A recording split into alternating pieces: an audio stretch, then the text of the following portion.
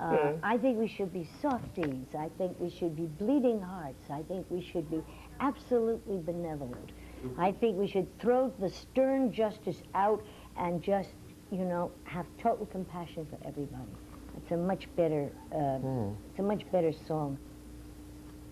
Yeah, it is a better song, and there's a lot of holidays to that, and there's a lot of people on all sides. I mean, even Botha gave a long speech about peace on the eve that he enacted the state of emergency decrees.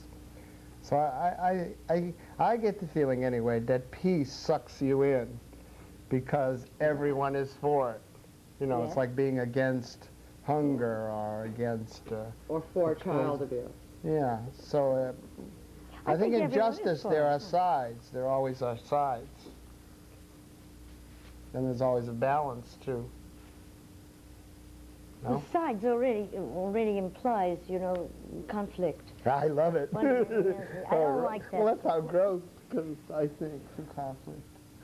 I think that, Of course, I'm a Red Sox fan, see, so you would understand conflict. And how long it takes, you know, for a revolution to happen. If you're a Red Sox fan, you'd be very patient. well, I'd be patient too. I was a Dodger fan until they left Brooklyn. Well, if know, you're waiting so, for them to come back, you're very patient. The messianic. Yeah. They're getting tired of Chavez Ravine. I would too. What do you think of the kids today? Are they going to be responsible political people in the world? Can we count on them? I think we react more than we act in America. I mean, Judith has seen more of the world than I, but maybe we should disagree. But we tend to react because we're not sort of in culture to have a point of view or an ideology. So we react to something that looks like an obvious evil, like apartheid, like ugh.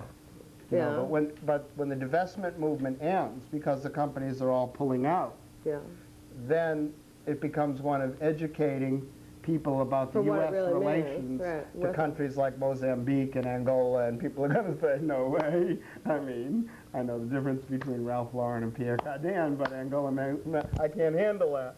So that's what happened in the 60s with the color only. When apartheid ended in the South, the civil rights movement went down, but there was all these people questioning authority, being morally outraged about injustice, knowing how to be organizers. A movement was there, and you know what? They saw, wow, Vietnam, look what's going on there. And it had been going on for 12 years before well, Judith, I mean, Judith, the brig was pretty early. You were earlier than 64 or 5, right, about Vietnam. But there was no movement, a really organized movement in this country for 12 years of the Vietnam War.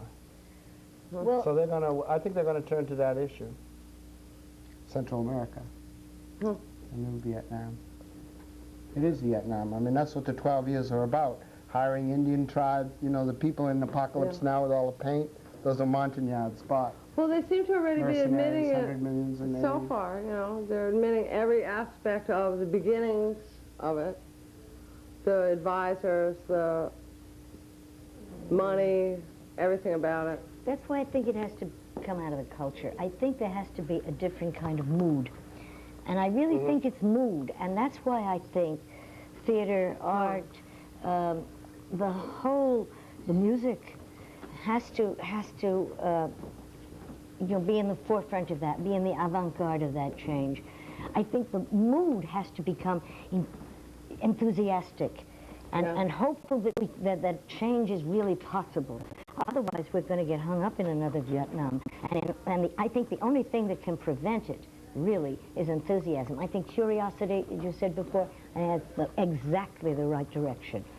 But that curiosity then has to go a little deeper than it did in the 60s in terms of an analysis. Now, if you say it was so beautiful because it wasn't ideological, on the one hand, it's true that ideology is the death of philosophy, and on the other hand, you've got to have some idea of what kind of world you want.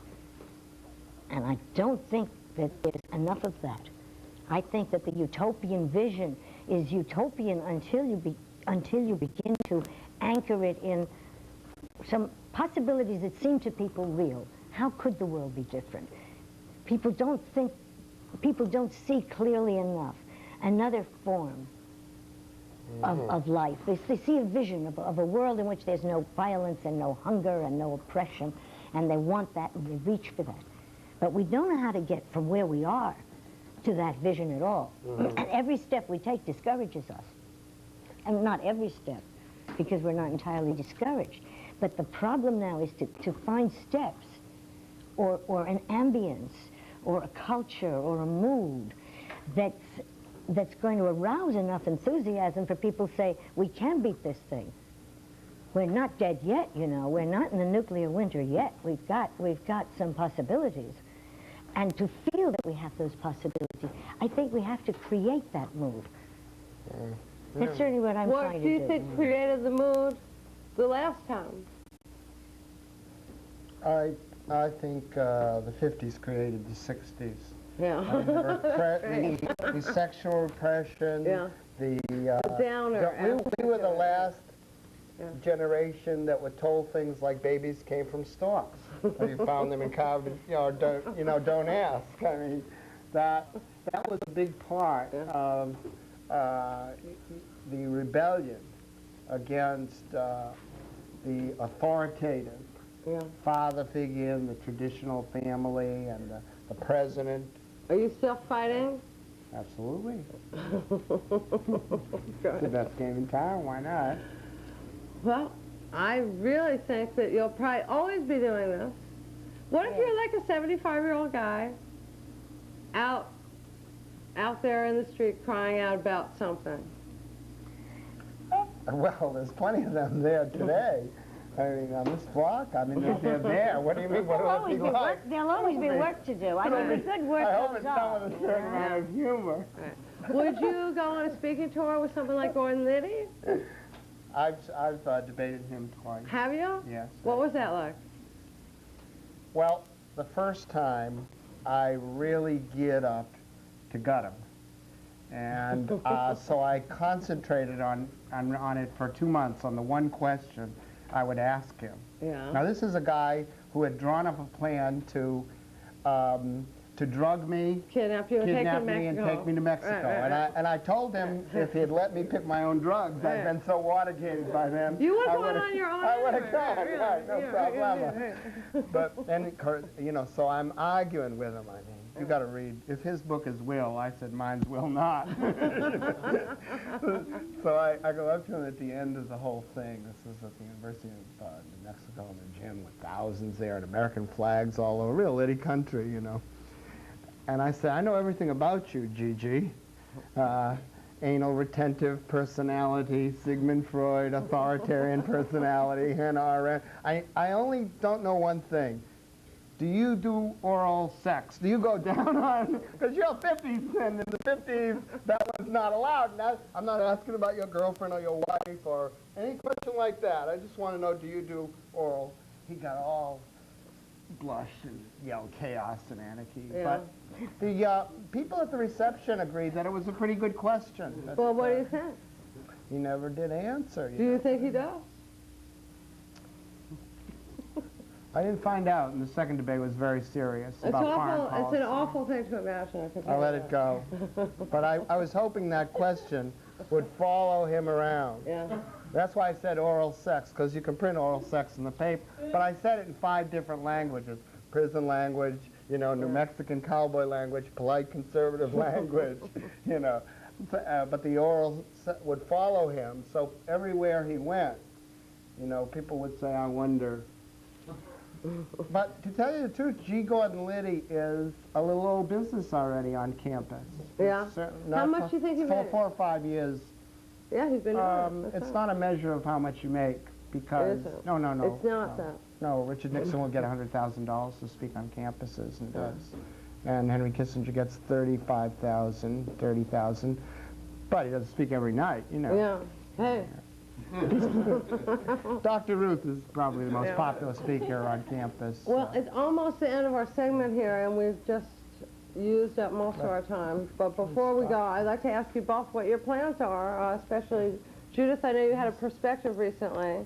It's incredible. That said it was the theater event of the century. Is that what? A theater event of the century. It was a retrospectacle of the Living Theater's work, going all the way back to 1947. And we did about 21 segments of our history in order to close up the past and start our new work. And we're looking now for space. Everything in New York, as you say, is real estate, and we're looking for a little spot in which to dig in the Living Theater into the New York scene and riffle up the culture. It was tremendous. So I hope I hope going to be we can. instant replayed. I didn't get to see it. Shirley Clark is making a video of it. She's working on it. She's got 25 hours of footage because she had 4 photographers there, and it's going to be a spectacle in itself. Well, and I hope the I hope the Living Theater can get into the New York scene and make something happen. You think Paradise Now, which was seems kind of 60s, you know. Does that make it in the 80s? The concept, that's what I meant about not sensing utopian when we called ourselves the Living Theater, it was because we hoped we would be able to respond to all the different changes, historical changes. And I think what was necessary in the 60s, that is as we saw it, was to get on the audience and say, wake up, shake up, come on, touch me, do it, stop sitting there. I don't think that's what's necessary now. No, you get very bad diseases. I think what's necessary now is to reassure people, and we need reassurance, for that reason as many, that we need reassurance that we can touch each other, that we can make waves, that we can make changes, and that it's all right to do that. That is, I think people need a certain certainty that our relationship between audience and public has to establish, rather than that arousal and that fear that could then jump into a kind of a ecstasy of overcoming fear that Paradise allowed the spectator to have if he wanted to take that trip. Now I think we want to take a different trip with the spectator, one in which we feel not like breaking up everything that exists, but like finding some safe ground on which to make steps forward. It's like the Living Theater was like the left version of Jimmy Swaggart. The Bible now. A little bit. It really was.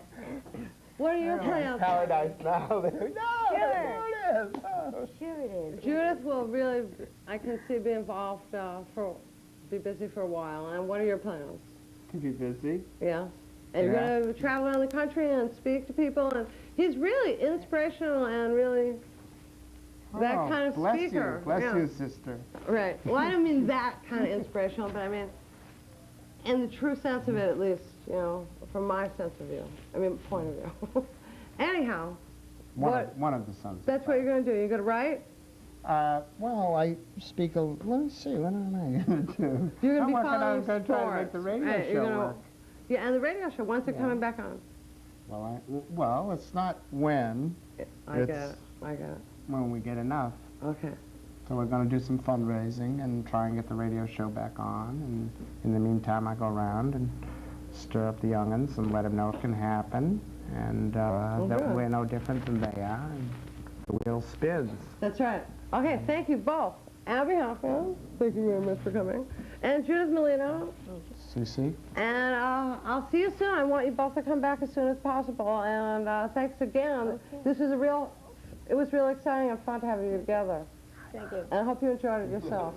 So take off these things, and we're going to stay tuned now. Thank Abbie and Judith.